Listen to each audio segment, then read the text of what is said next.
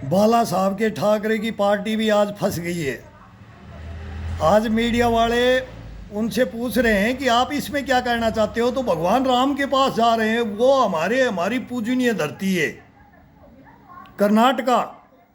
बोला रामेश्वरम में भगवान ने वहाँ पर समुद्र लांघने के लिए वहाँ से ये किया, रामेश्वरम का बात कर दी। अरे सर, क्यों बाला साहब की माटी पिटवा रहे हो? क्यों बाला साहब को ऐसा कर दिया आपने? अपाइज कर दोगे आप इतिहास के अंदर बाला साहब की। उनके भी कोई पार्टी के अंदर नेता हुए हैं। ये क्या मजाक उड़ा रहे हो आप? हिंदू धर्म के बारे में, सनातन धर्म के बारे में लड़ने वाले एक ही हिंदुस्तान का एक ही शेर माना जाता था बाला साहब ठाकरे को। लेकिन आज बाला साहब ठाकरे को क्या नीचा गिरा रहे हो? क्यों इनका साथ दे रहे हो? अभी भी तोड़ दो इनके गठबंधन से, निकल जाओ।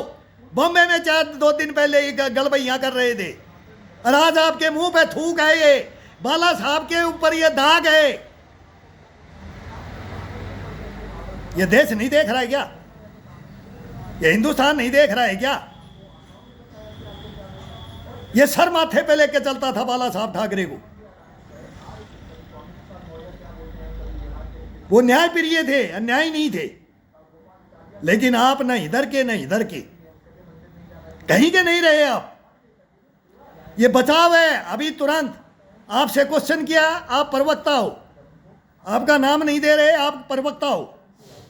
और उद्धव साहब बोला हाँ उद्धव साहब भी बयान देंगे, फिर तुरंत घुमाते हैं। तो हमारे 2 दिन से तो आग लगी हुई है आरक्षण की। अरे वहां कहां जा रहे हो? देश में आग लगा रहे हो। इनको सुलटो, ये संशोधन हो जाएंगे। ये मांगे हैं, ये कोई आग लगाने वाली बातें नहीं है। ये बैठ के बात करो, और करेगी गवर्नमेंट, करेगी। ये जिस राज्य में होता है वो करेगी, करते हैं। लेकिन ये देश के खिलाफ बयान है। हिंदू संस्कृति, सनातन धर्म, उसको गाली है। ये हेट स्पीच है। ये गालियां, ये सहन नहीं होती है ऐसी बातें। बोल के तो कोई भी चला जाएगा, बोल के तो कोई भी चला जाएगा।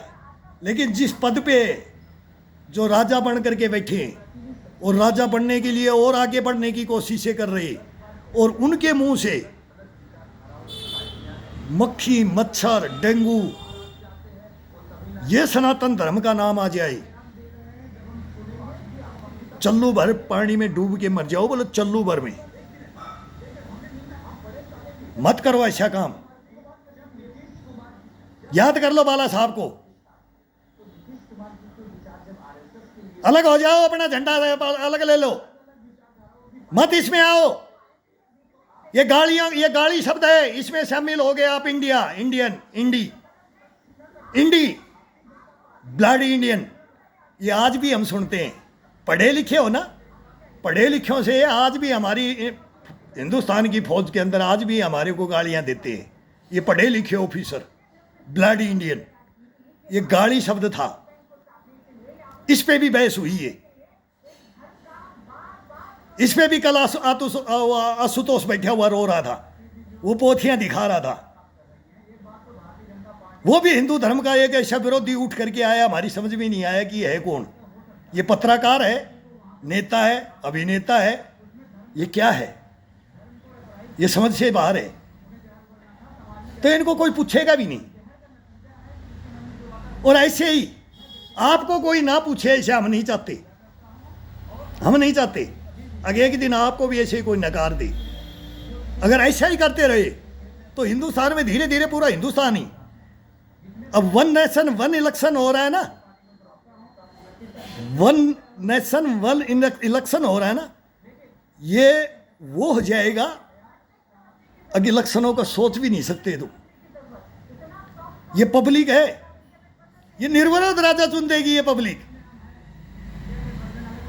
कसम से बॉयकॉट हो जाएगा इलेक्शनों का। क्यों? कोई दिखाई नहीं देगा तो क्या होगा? अब कोई तो दिखाई दे हिंदुस्तान के अंदर, कोई तो नेता दिखे। अब ये हिंदुस्तान का ये बागडोर इसको संभाल सकते हैं भाई? किसी का तो हाथ मजबूत दिखाई दे, किसी का दे रहा है क्या? किसी का दम है ही नहीं, दम खम है ही नहीं, कोई बातों का ही धनी नहीं है। तो फिर हिंदुस्तान कैसे किसके हाथों में दे दिया जाए, कैसे सौंप दिया जाए? ये मत करो, सोचो, जल्दी सोचो। अभी उद्धव ठाकरे साहब को बोलो जल्दी बयान दे दो, बहुत गलत बयान दिया गया है, ये पूरे देश में आग लगी है इस बयान से। ये छाती में तीर चल रहे हैं, हिंदुस्तान की छाती में तीर चल रहे हैं।